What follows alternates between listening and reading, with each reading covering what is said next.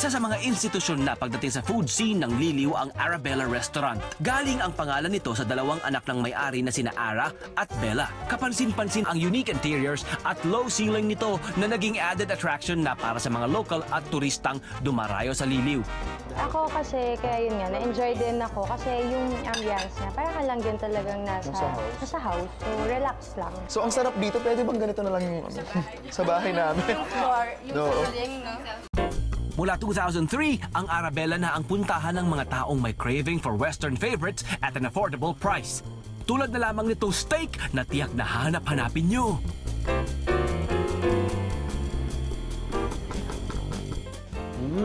Masarap yung yung steak niya kasi malambot, tsaka malasa.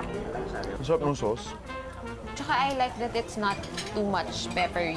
I like the mashed potato. Sobrang creamy niya. Just the right amount to complement the steak kasi flavorful na yung steak. Ang baby back ribs naman nila, huwag nyo raw palalagpasin. Bakit kaya?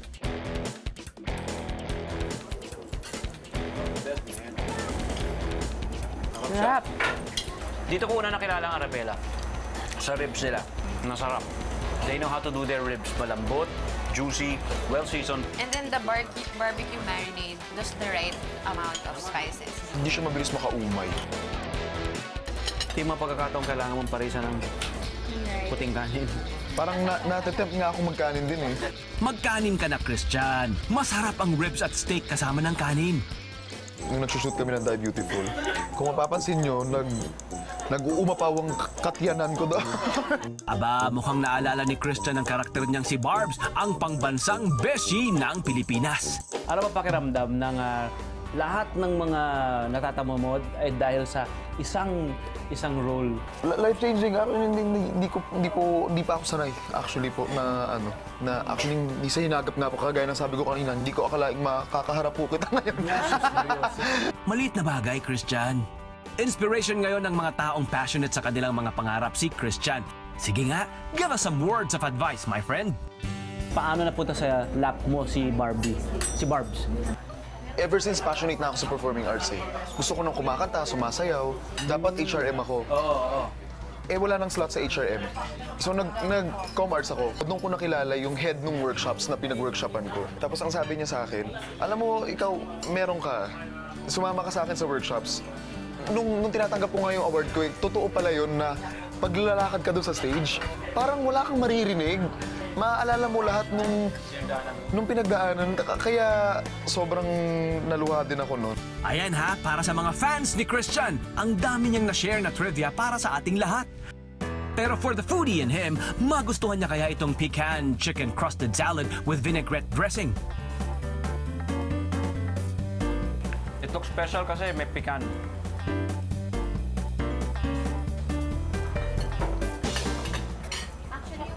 Masarap. I've always liked salad na may arugula. Ito mismo kasi nagpapalasa. May lasa talaga siya, parang peppery, smoky.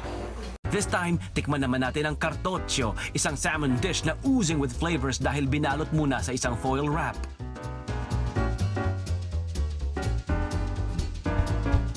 Hindi ako fan ng dory na steamed kasi parang sobrang bland niya sa akin. Pero ito, sobrang flavorful siya. Pasta Festival naman tayo ngayon. Ilabas na ang pasta series ng Arabella. Spaghettini with anchovies, seafood puttanesca, at penne in creamy pesto sauce. Game, tirahin na yan!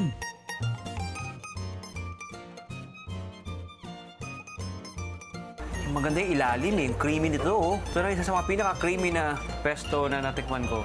Yung penne niya, yung tama yung pagkaluto. Yung puttanesca nila, sinubukan ko masarap. Masarap! Ito yung puttanesca ang gusto ko. Yung seafood puttanesca talaga yung favorite ko. Ako itong spaghetti. Sobrang generous ng serving ng seafood. Meron siyang clams, meron siyang squid, meron siyang hipon. Kalasa niya yung favorite kong pasta. May kakaiba sa kanya na pabalik-balikan mo. Mahusay. Sana may ganito sa Manila. Huwag masyadong ma-overwhelm, guys. Di pa tapos ang mga pasiklab na pagkain ng Arabella. Ito pa oh, desserts na! Okay, so we have our carrot cake. Next, we have our strawberry mango. And next, we have fudge walnut. Tapos, meron tayong blueberry cheesecake. And then last, pudding. Pudding. Alrighty.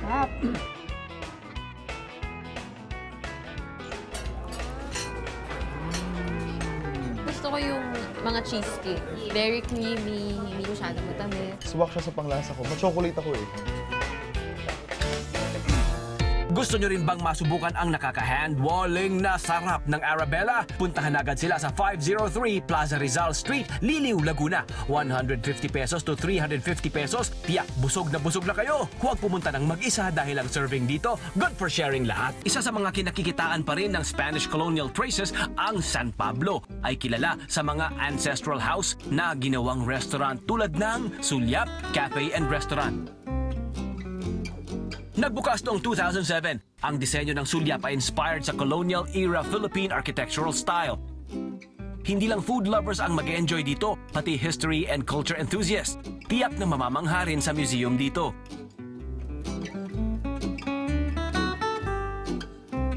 Pero ang pagkain ng Sulyap, pop kaya o flop, reviewers, kainan na. Alright guys, unahin na natin yung tinolang manok na Tagalog.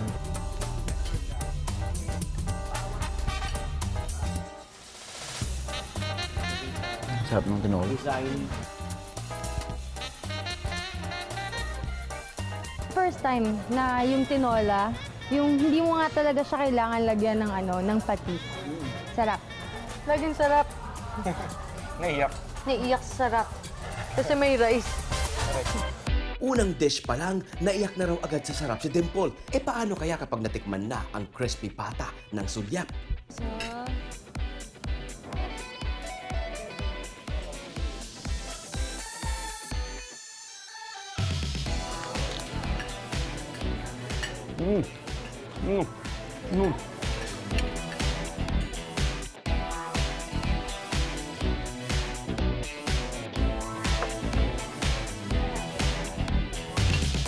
I think this is one of the best na natikman kong crispy pata. You know why? Kasi ang simple lang ng pagkakasison, maganda yung pagkakaluto, malambot yung laman, malutong yung balat, satisfies on all levels, masarap pa yung salsa. Saan ka pa? Masarap yung sauce. Isa sa hindi natin dapat palagpasin ang Pinay Tea. Traditional food ito ng San Pablo na talagang locally sourced. Ang hipo na ginamit dito galing mismo sa mga lawa ng San Pablo. Bango, Pinay tea. Tignan niyo siya, oh. Para siyang karne ng Pero baboy or hipon. baka, pero hipon. Para siyang aligi na itsura, oh.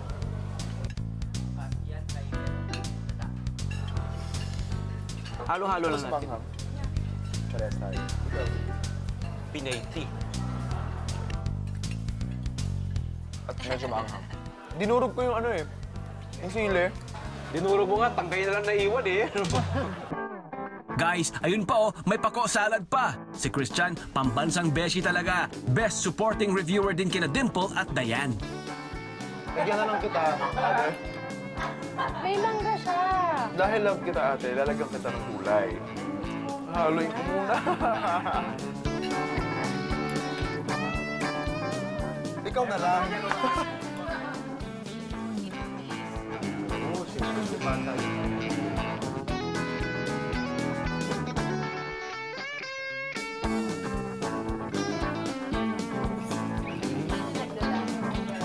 First time ko kumain nito. Hesitant ako nung una, pero nung tinikman ko na, masarap pala siya. Tsaka masarap yung dressing. Daming paandar ng Sulyap. When you think it's over, may dadagdag pa. Boneless bangus, pork adobo sa kamatis.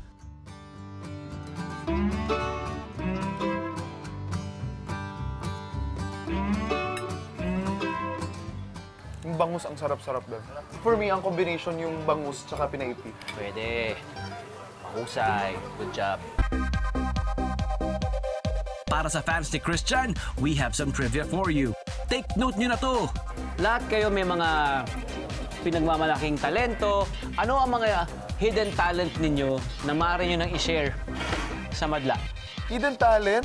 Hindi naman hidden kasi before na kumakanta na ako, sumasayaw na ako. Pag hindi ako paos, kaya kong gayahin yung boses ni Dina Morales. Singing voice. Promise. Okay. Sige, tap niyo yun. Kaso paos ako ngayon. Paos ako ngayon. Basta kami, Christian, ang talent namin, kumain ng kumain. Anong favorite sauce nyo natikman? Pinay Tea and the bangus. Ako ang sasabihin ko, yung favorite ko, crispy pata. Diba nahiya naman ako dun sa healthy option. Pero you appreciate the meat. Oo. Sarap. Pati yung suka. Sarap. Ayan, bukod dyan. Crispy pata and yung Pinay. May pa-dessert pa ang San Pablo. Yahoo! Turones con sorbetes. Here we go!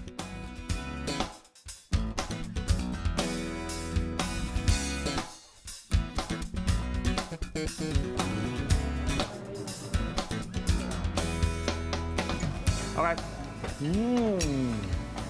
Parang these are the kinds of desserts na you don't have to overdo to please the customers. Kasi simpleng ice cream lang and then turon. Sobrang solve na ako. Minsan yung pinakasimple ang pinakamasarap.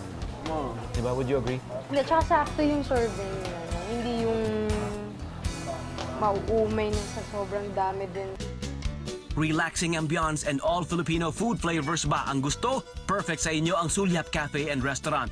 Bisitahin sila sa Barangay del Remedio, Cocoland Compound, San Pablo, Laguna. Bukas sila Lunes hanggang Linggo, 10 a.m. to 10 p.m. Bring your family and friends dahil good for sharing na ang 195 to 700 pesos nyo rito.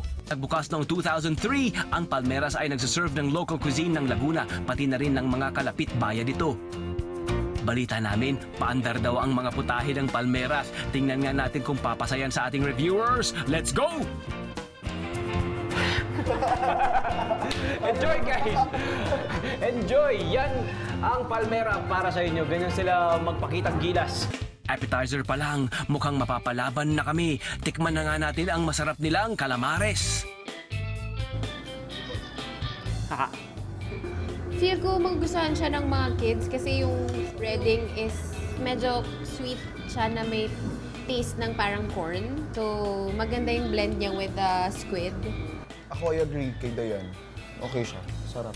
For me kasi, pag calamari kasi, ayoko nung makapal yung breading. Sa akin lang po, medyo nakakapalan ako dun sa breading ng calamari. Pero, masarap. Next naman ang tilapia dish na sinugno. Sounds interesting, masarap kaya ito? Look at that. Look at how beautiful this is. Actually, pinagsama-samang technique kasi merong inihaw muna, tapos ginataan, tapos kakainin. Come on, my friend. Inihaw muna. So you can imagine yung smoky na flavor, di ba? And then kung paano i-envelop yung buong isda. And then lalagyan mo ng gata. Me, it's also my first time to try out sinugno. I like the fish. Okay siya, fresh. It's just a little too bland for my taste. More tilapia, more fun! Kaya ito na ang crispy fried tilapia. Ganda rin tsura, oh.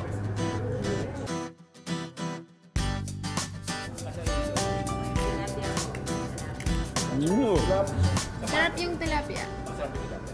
It's how I want my fried tilapia. Yung crispy siya sa labas. And Oo, then, no? Pero hindi natutuyot yung laman ng tilapia. Masarap yung pagka-fry ng tilapia. And actually yung sauce, ayun nga, naka-add siya ng complement dun sa lasa ng tilapia. Teka, may naamoy pa akong isang local favorite. Ayun, kare-kare. Nalasahan ko yung tuwalya, yung you know how it's almost gelatinous na dahil nga matagal sa pinakuluan. Nalasahan ko yung oxtail, yung may taba. Palaban sa handaan ng Palmeras, buti na lang palaban din sa kainan ng ating reviewers. Ito naman, pasta marinara. Pasta. Look at that. Good to be back.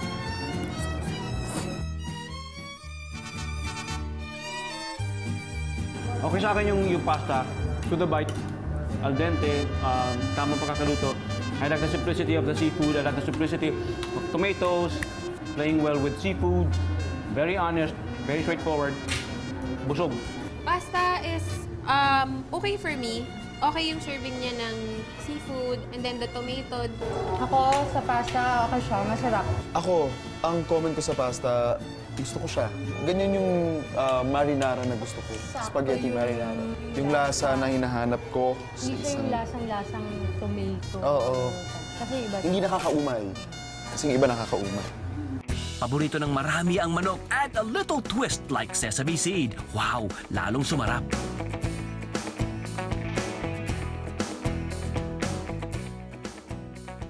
Mukhang promising yung crispy sesame chicken. Look at that. Nakakatawa yung may sesame seeds. Dagdag crunch. Para siya may another layer of flavor. Kasi it's not your usual fried chicken. Suddenly, it changes from fried chicken and then papasok yung lasa ng sesame seeds. Para kang kumakain ng butchie. Pero fried chicken na masarap. Malasa yung laman yung chicken. Yung pagkakaluto niya, no, saktong-sakto lang. Dahil ang San Pablo ay malapit na sa Quezon, gumawa na rin ang Palmeras ng version nila ng Pansit Habhab. Pop naman kaya ito? Di ba taga-Tayabas, Quezon ako? May isa kami pinupuntahan na talagang nagpapansit habhab. So kaya medyo familiar ako sa kanya. Yung sinasabi mong, perfect nga yan with suka, na maanghang na maanghang. Kailangan partneran niya yan. Meron niyang suka actually. Yung pansit, masarap na masarap. Parang, ito yung natitikman ko dun sa probinsya ko, Tayabas, Quezon. Hindi ko siya mapigilan, hindi kainin. Ulit. Masarap yung pancit. With the bread, actually. With the bread and with the suka. Butter bread. Okay siya kasi hindi siya masyadong maalat and just the right amount of seasoning. At saka yung sauce niya. Yes. Pansin mo yung lasa ng sauce? Nagko-complement sa siya. suka. Yes. Sarap. Laing, kaya ba ba reviewers? Oh, yay. Nanghihingi ng puting kanin tong laing. So, maanghang, di ba? Sarap ng laing. Maanghang siya. Oo. Malasa din yung laing eh. Ay, parang umahagod yung anghang. Well, I hope kaya nyo pa dahil parating na ang putok-batok goodness that is crispy pata. Crispy pata baka mo? Masarap siya. Crispy yung balat and then juicy yung laman niya. Isn't it parang aromatic, di ba? Parang aromatic sa bibig, no? Na-appreciate ko na may star anise. At saka, ang maganda, naka-chop na. Sa mga natikman ninyo, anong favorites niyo? Favorite ko, Tilapia! Tilapia and daing. ako pansit Favorite. habhab. Ako fried chicken, tilapia na prito. Yan, yung fried chicken din. Siyempre, hindi kumpleto ang Palmeros experience kung walang dessert. Ready na kami for you, banana rebusado. Favorite ko.